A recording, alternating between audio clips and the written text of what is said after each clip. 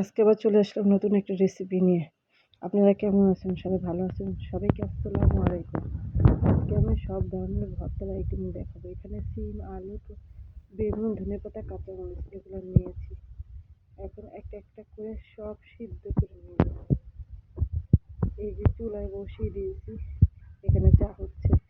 চা খাওয়ার জন্য সকালের নাস্তার টাইমে এই সিম দিয়ে রেখেছি, আলু সিদ্ধ দিয়ে দিলাম, আলুগুলো সিদ্ধ করতে দিছি, সিদ্ধ হতেছে। এখানে বেগুন ভাজলাম, সবগুলো বেগুন কেটে নিয়েছি ভাজার জন্য। এখন একে একে একটা একটা করে ভর্তা বানাবো। এই ভর্তাটা হলো মাছের, বড় মাছের ভর্তা। আমি কাটা বাছিয়ে আর এই সব দিয়ে পেঁয়াজ, শুকনো মরিচ এগুলো দিয়ে বানিয়ে নিলাম। এটা হলো চিংড়ি মাছের শুটকির ভর্তা। চিংড়ি মাছের শুটকিটা আমি পাটায় বেটে নিয়েছি, শুধু করে নিব এখন। পেঁয়াজ, শুকনো মরিচ, তেল একটু অন্যরকম করে বানালাম আজকে। এইভাবে পেঁয়াজটা হালকা করে আমি একটু করে ভাপিয়ে নিয়েছিলাম তেল দিয়ে, যাতে কাঁচা পেঁয়াজের গন্ধ না আসে আর ভর্তাগুলো নষ্ট না হয়। এটার জন্য আপনারা এই সিস্টেমে যদি ভর্তা বানান তাহলে আপনাদের ভর্তা কিচ্ছু হবে না। দেখছেন যে পাটায় বাটা চিংড়ি মাছগুলো আমি ধুয়ে বেটে নিয়েছি। এখন আবার আরেকটা শুটকি ভর্তা বানাবো। একে একে করে সব ভর্তাগুলো বানিয়ে নিচ্ছি।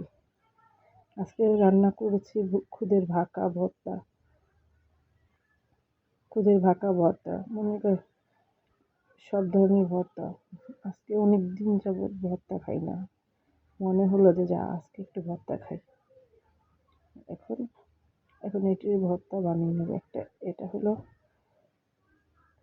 আমি আজকে ভয়েস ওভার দিতে পারিনি, কারণ ভয়েস ওভার দেওয়ার সুযোগ হয়নি। বানিয়ে ফেললাম। এই যে সিমের ভর্তা হয়ে গেছে, সিমের ভর্তা একে একে সব ভর্তা একটা একটা করে বানিয়ে ফেললাম। এটা হলো বেগুনের ভর্তা। একে একে করে সব জলদি, আপনারা যদি করতে চান সব একসাথে পেস্টটা হালকা ভেজে নেবেন, শুকনো মরিচ একসাথে ভেজে নেবেন, সব ভেজে সব কিছু একসাথে করে একটা একটা করে ভর্তা বানাবেন। আজকে আমার ভর্তা রেসিপিগুলো আপনার কাছে ভালো লাগলে কিন্তু একটু জানাবেন প্লিজ কমেন্ট করে। তাহলে আমি একটু উৎসাহস পাই যে না, তারা আমার ভিডিওতে সহযোগিতা করে, তারা দেখে। এই হয়ে গেল আমার বেগুন ভর্তা। একে একে করে সব ভর্তাগুলো রেডি করে ফেলতেছি। এটা হলো বেগুন ভর্তা। আপনারা কে কে বেগুন ভর্তা খান কমেন্ট করে জানাবেন। এখন ডিম ভর্তা করব। বললাম না, সব ভর্তা করতেছি অল্প অল্প করে। ভাটার সাথে ভর্তা এই শীতের দিনে মজাই অন্যরকম। আমি ভর্তাগুলো বানিয়ে নিচ্ছি একে একে করে, আপনাদের সাথে কথাও বলছি, ভর্তা বানাতেছি। আমার আজকে একটু কষ্ট হলো ভয়েস ওভার দিতে, কারণ আমি একসাথে ভিডিওর সাথে ভয়েস ওভার দিয়ে দিই, তাহলে আর আমার কষ্ট হয় না। কিন্তু পরবর্তীতে আমার ভয়েস দিতে আমার অনেক কষ্ট হয়। এখন সরিষার তেল দিয়ে দিলাম, প্রত্যেকটা ভর্তায় সরিষার তেল দিয়ে নিচ্ছি, কারণ সরিষার তেল না দিলে কোনো ভর্তার টেস্ট আসে না। আমি কিন্তু পেঁয়াজগুলো আবার বললাম, আমি কিন্তু পেঁয়াজগুলো হালকা ভাজা দিয়ে নিয়েছি, আমি কাঁচা পেঁয়াজ ব্যবহার করিনি। দেখতে কাঁচার মতন লাগলো কিন্তু কাঁচা নয় পেঁয়াজগুলো।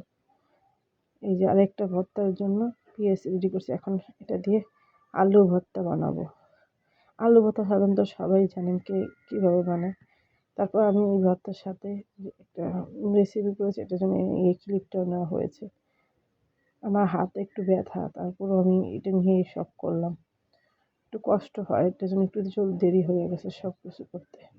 হয়তো আমার ভিডিওটা বেশি বড় হয়ে গেছে। আপনাদের কাছে ভালো লাগলো কিনা প্লিজ কমেন্ট করে জানাবেন। আমার কথা যদি কেউ কষ্ট পেয়ে থাকেন, এটা হলো বালাচাও ভর্তা।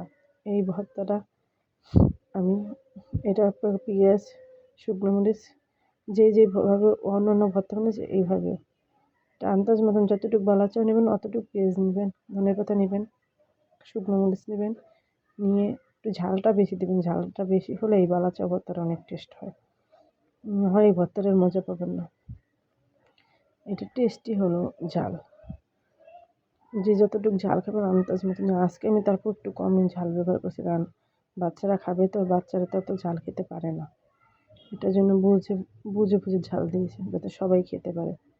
নিজেদের রুচি চিন্তা করলে বাচ্চাদের তো কষ্ট হয়ে যাবে, এটার জন্য ঝালটা কম দিয়েছি।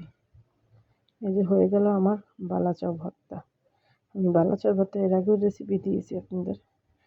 আপনারা খেয়ে দেখবেন বালাচাও ভর্তাটা অনেক মজা হয়। এখানে 8 ধরনের ভর্তা বানিয়ে ফেললাম।